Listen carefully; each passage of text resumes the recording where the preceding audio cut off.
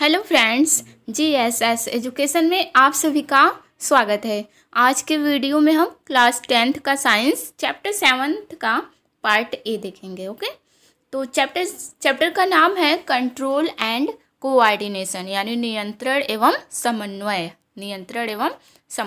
Okay,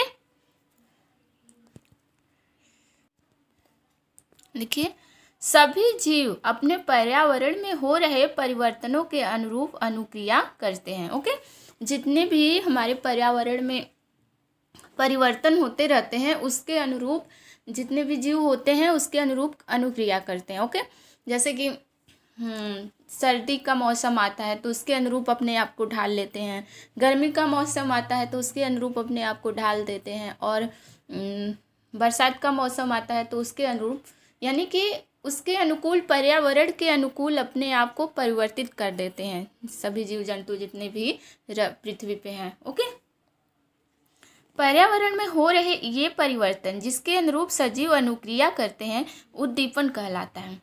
पर्यावरण में जितने ये परिवर्तन होते हैं और उसी के अनुरूप सजीव अपना अनुक्रिया करते हैं, उसी को क्या कहते हैं? उद्दीपन कहते हैं। जैसे कि प्रकाश हो गया, उष्मा हो गया, ठंडा, ध्वनि, सुगंध, स्पर्श, ये सब क्या है? उद्दीपन है। ओके, इसी के अनुरूप सजीव अपना अनुक्रिया करते हैं, उद्दीपन के अनुरूप। पौधे एवं जंतु अलग अलग प्रकार से उद्दीपन के प्रति अनुक्रिया करते हैं। पौधे एवं जंतु जो है अलग अलग प्रकार से उद्दीपन के प्रति अनुक्रिया करते हैं। ओके, पौधों में अलग अनुक्रिया होती है तो जंतुओं में अलग तरह की। जैसे पौधों में आप देखेंगे छुई मुई पौधा को आप देखें, उसको आप अगर छूते ही आप, वो क्या होता है? मुरझा जाता है, यानी हम उसके प्रति क्या हुए? उद्दीपन हुए। ओके, हमारे छूते ही वो मुरझा जाता है। और जैसे ही हम कोई भी स्वादिष्ट भोजन देखते हैं, अगर हमें भूख लगी है तो स्वादिष्ट भोजन हमारे सामने आता है तो हमारे मुंह में क्या मीन्स पानी आ जाता है। ओके, तो ये हमारा क्या हुआ? यानी स्वादिष्ट भोजन क्या हो गया? उद्दीपन हो गया। और अचानक हमें कोई मीन्स ठंडा चीज़ या गर्म चीज़ को हम छूते हैं तो तुरंत वहाँ से हम अपना हाथ हटा लेते हैं। ओके, तो हम उसके प्रति अपनी अनुक्रिया करते हैं, उद्दीपन के प्रति अनुक्रिया करते हैं। तो अब है जंतुओं में नियंत्रण एवं समन्वय। यह सभी जंतुओं में दो मुख्य तंत्रों द्वारा किया जाता है। जंतुओं में नियंत्रण एवं समन्वय जो होता है, यानी कंट्रोल एंड कोऑर्डिनेशन जो होता है जंतुओं में, वो दो तरह से किया जाता है। एक तंत्रिका तंत्र होता है और एक अंतःस्रावी तंत्र होता है। ओके, तो हम पहले तंत्रिका तंत्र के बारे में जानेंगे, यानी न्यूरॉन के बारे में। तंत्रिका तंत्र को हम क्या कहते हैं? न्यूरॉन। ओके, नोट कर लीजिए।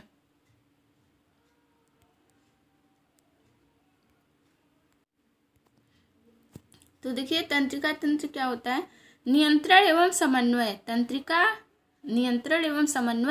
एवं पेशी ऊतक द्वारा प्रदान किया जाता है।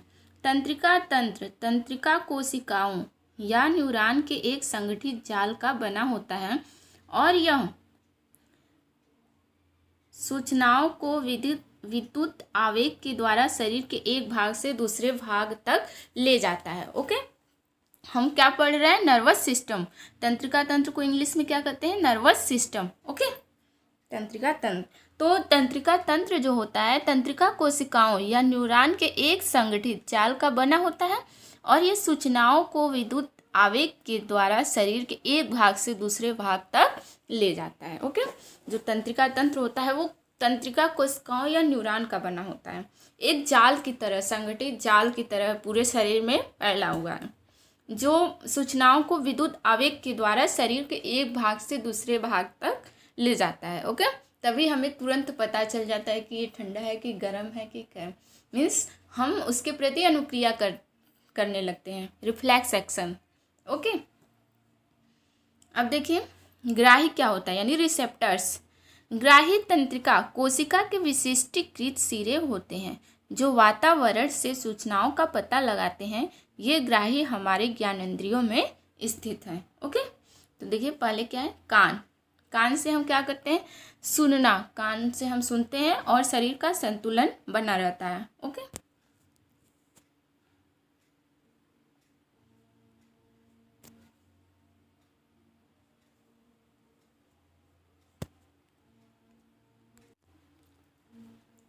आँख से क्या करते हैं, प्रकाशग्राही और देखना।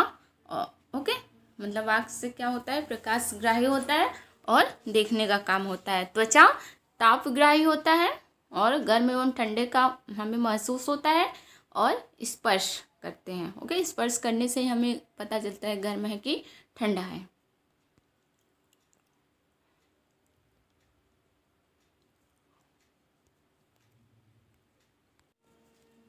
नाक, नाक क्या होता है, घ्राणग्राही होता है और गंध का पता लगाता है। ओके, जीभ से रस संवेदी ग्राही होता है और स्वाद का पता लगाता है। तो ये सब क्या है, ज्ञानेंद्रियां हैं। ओके,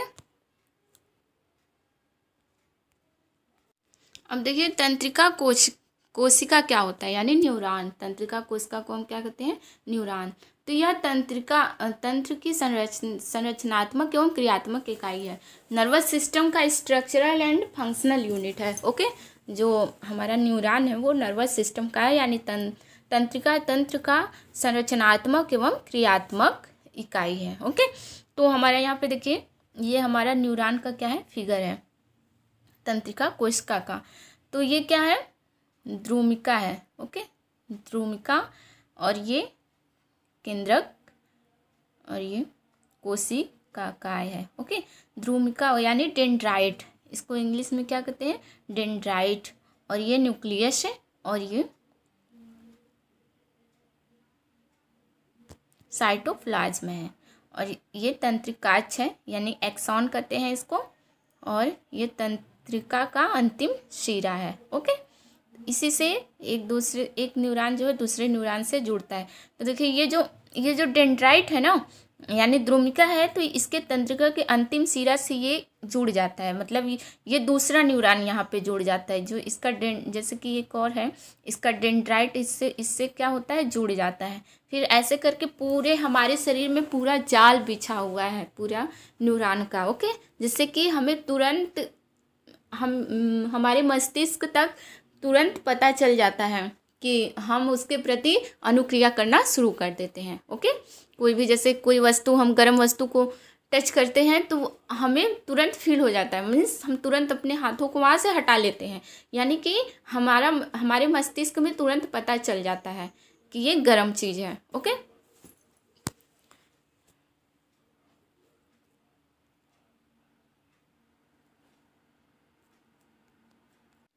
इसके पार्ट देखिए न्यूरॉन के, द्रुमिका है। ओके, द्रुमिका क्या करता है, यानी डेंड्राइट होता है जो कोशिकाएं से निकलने वाले धागे जैसी संरचनाएं जो सूचना प्राप्त करती, इसी के द्वारा क्या होता है, सूचना प्राप्त होती है। ओके, फिर कोशिकाएं क्या होता है, प्राप्त की गई सूचना विद्युत आवेग के रूप में चलती है।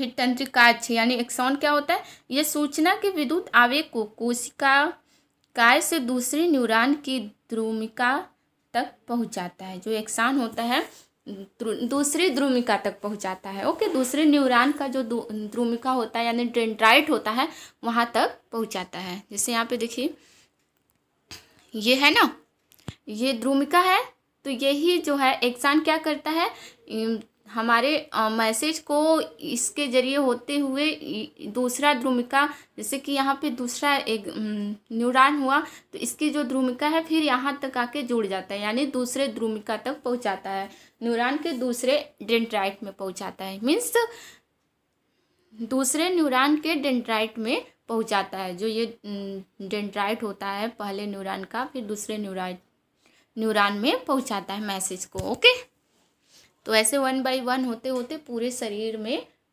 मीन्स फैल जाता है, जाल की तरह बिछाया। अब क्या है, अंतर्ग्रथन क्या है, सिनेप्स किसे कहते हैं, यह तंत्रिका के अंतिम सिरे एवं अगली तंत्रिका कोशिका के द्रुमिका के मध्य का रिक्त स्थान है।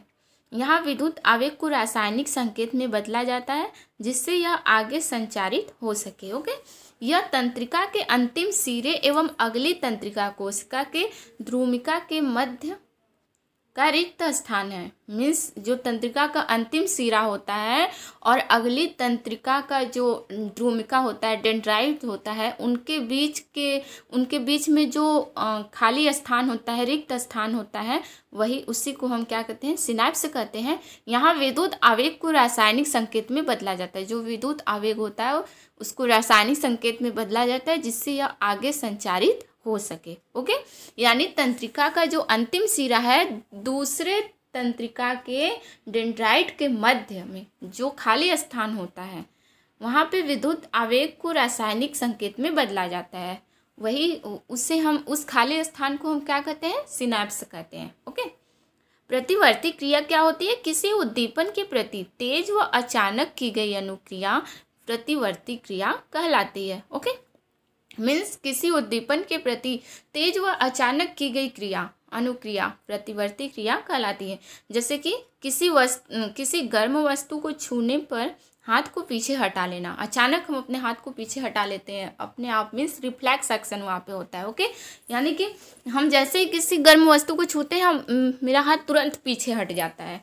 तो वहाँ हम मतलब गर्म वस्तु के प्रति हम वहाँ पे क्या किए, रिफ्लेक्स एक्शन किए, यानी प्रतिवर्ती क्रिया किए। ओके, प्रतिवर्ती चाप क्या होता है, प्रतिवर्ती क्रिया के दौरान विद्युत आवेग जिस पथ पर चलते हैं उसे प्रतिवर्ती चाप कहते हैं। ओके, नोट कर लीजिए इसको।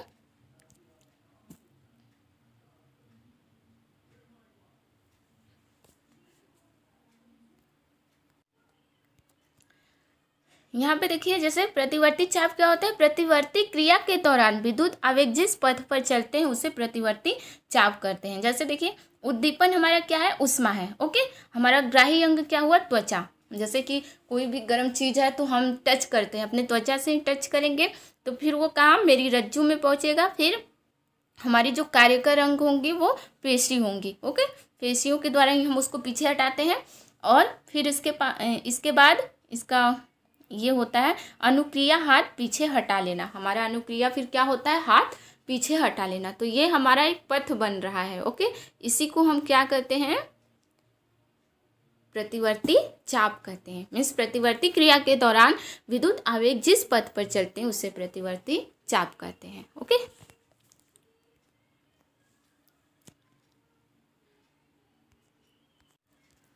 अब देखिए, जो अनुक्रिया होती है यह 3 प्रकार की होती है। एक होता है ऐच्छिक अनुक्रिया, तो अग्र मस्तिष्क द्वारा नियंत्रण की जाती है। अनुक्रिया 3 प्रकार की होती है। ऐच्छिक अनुक्रिया, ओके, ये अग्र मस्तिष्क द्वारा नियंत्रण होती है। ओके, हमारे मस्तिष्क का जो आगे वाला भाग होता है वो। और अनैच्छिक क्रिया क्या होती है, मध्य एवं पश्च मस्तिष्क द्वारा नियंत्रित की जाती है। तो अग्र मस्तिष्क, ऐच्छिक में देखिए अग्र मस्तिष्क द्वारा नियंत्रित की जाती है, जैसे कि बोलना और लिखना, बोलना और लिखना। तो ऐच्छिक क्रियाएं क्या होती हैं, हम अपनी इच्छा के अनुसार कर सकते हैं। जैसे कि हम जब चाहे बोल सकते हैं, जब चाहे लिख सकते हैं, जब चाहे दौड़ सकते हैं, जब चाहे खेल सकते हैं, जब चाहे खा सकते हैं। यानी हम अपनी इच्छा के अनुसार जो क्रियाएं करते हैं वो ऐच्छिक क्रियाएं होती हैं। ओके, तो वो किसके द्वारा नियंत्रण होती है, अग्र मस्तिष्क के द्वारा। ओके, और दूसरा है अनैच्छिक क्रियाएं, यह किसके द्वारा नियंत्रित की जाती है, मध्य एवं पश्चिम मस्तिष्क द्वारा नियंत्रित की जाती है। तो अनैच्छिक क्रियाएं जो होती हैं वो स्वयं होती हैं, हम उस पे मतलब उस कार्य पे हमारा कोई नियंत्रण नहीं है, हम उस कार्य पे कोई नियंत्रण नहीं कर सकते हैं। जैसे कि पलक का झपकना, हम इस पे कोई नियंत्रण नहीं कर सकते हैं। दिल का धड़कना, मीन्स हृदय का धड़कना, श्वसन, सांस लेने की क्रिया, ये सब क्या है, अनैच्छिक क्रिया है। इन सब क्रियाओं पे हमारा कोई कंट्रोल नहीं है, हम कोई कंट्रोल नहीं कर सकते हैं, अपने आप अपने वश में हम नहीं कर सकते, ये अपने आप कार्य होती हैं। ओके, तो ऐसी क्रियाओं को हम अनैच्छिक क्रियाएं कहते हैं। तो अनैच्छिक क्रियाएं जो होती हैं मध्य एवं पश्चिम मस्तिष्क द्वारा नियंत्रित की जाती है, जैसे श्वसन हो गया, दिल का धड़कना हो गया। ओके, और तीसरा क्या है, प्रतिवर्ती क्रिया, मेरुरज्जु द्वारा नियंत्रित की जाती है। ये जो होता है मेरुरज्जु द्वारा नियंत्रित की जाती है, जैसे गर्म वस्तु को छूने पर हाथ को हटा लेना, वहाँ पे प्रतिवर्ती क्रिया होती है, रिफ्लेक्स एक्शन होता है। ओके, यानी किसी उद्दीपन के प्रति हम जो प्रतिक्रिया करते हैं उसी को हम प्रतिवर्ती क्रिया कहते हैं। तो अनुक्रिया जो होती है 3 प्रकार की, ऐच्छिक, अनैच्छिक और प्रतिवर्ती। ऐच्छिक जो होती है जो हम अपने मीन्स जिस कार्य को हम स्वयं करते हैं, अपने मन से करते हैं, खाना पीना, दौड़ना, खेलना, कूदना अपनी इच्छा अनुसार करते हैं। ओके, ऐच्छिक क्रियाएं हो गई। अनैच्छिक क्रियाएं जिस कार्य को हम अपनी इच्छा अनुसार नहीं कर सकते हैं, जो स्वयं होते हैं, जैसे हृदय का धड़कना, सांस लेना, ये सब क्या हो गए, अनैच्छिक क्रिया। और प्रतिवर्ती क्रिया क्या होती है, उद्दीपन के प्रति जो हम क्रिया करते हैं, अनुक्रिया करते हैं, वही प्रतिवर्ती क्रियाएं होती हैं। ओके, जैसे कि स्वादिष्ट भोजन को देखने पे हमारे मुंह में पानी आ जाता है। ओके, और शेर को देखने पे हम क्या करते, मीन्स हमारे मन मीन्स हमारा शरीर लाल पड़ जाता है, मन में डर उत्पन्न हो जाता है। तो ये सब क्या है, रिफ्लेक्स एक्शन है, यानी प्रतिवर्ती क्रिया है। गर्म वस्तु को छूने पर हाथ को हटा लेते हैं। ओके, नोट कर लीजिए।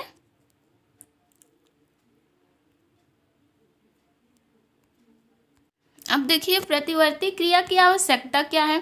तो प्रतिवर्ती क्रिया की आवश्यकता कुछ परिस्थितियों में, जैसे गर्म वस्तु छूने पर, पैनी वस्तु चुभने पर हमें तुरंत क्रिया करनी होती है, वरना हमारे शरीर को क्षति पहुंच सकती है।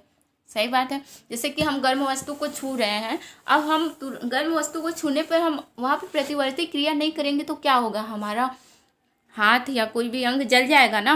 और कोई भी नुकीली चीज़ हमारे मीन्स धंसती है, या सुई, जब आप कपड़ा सिलते हैं तो सुई अचानक धंस जाती है, तुरंत आप उसको हटा लेते हैं, और नहीं हटाते हैं तो क्या होता, अंदर चला जाएगा, तो जिससे कि हानि होगी हमारे शरीर को।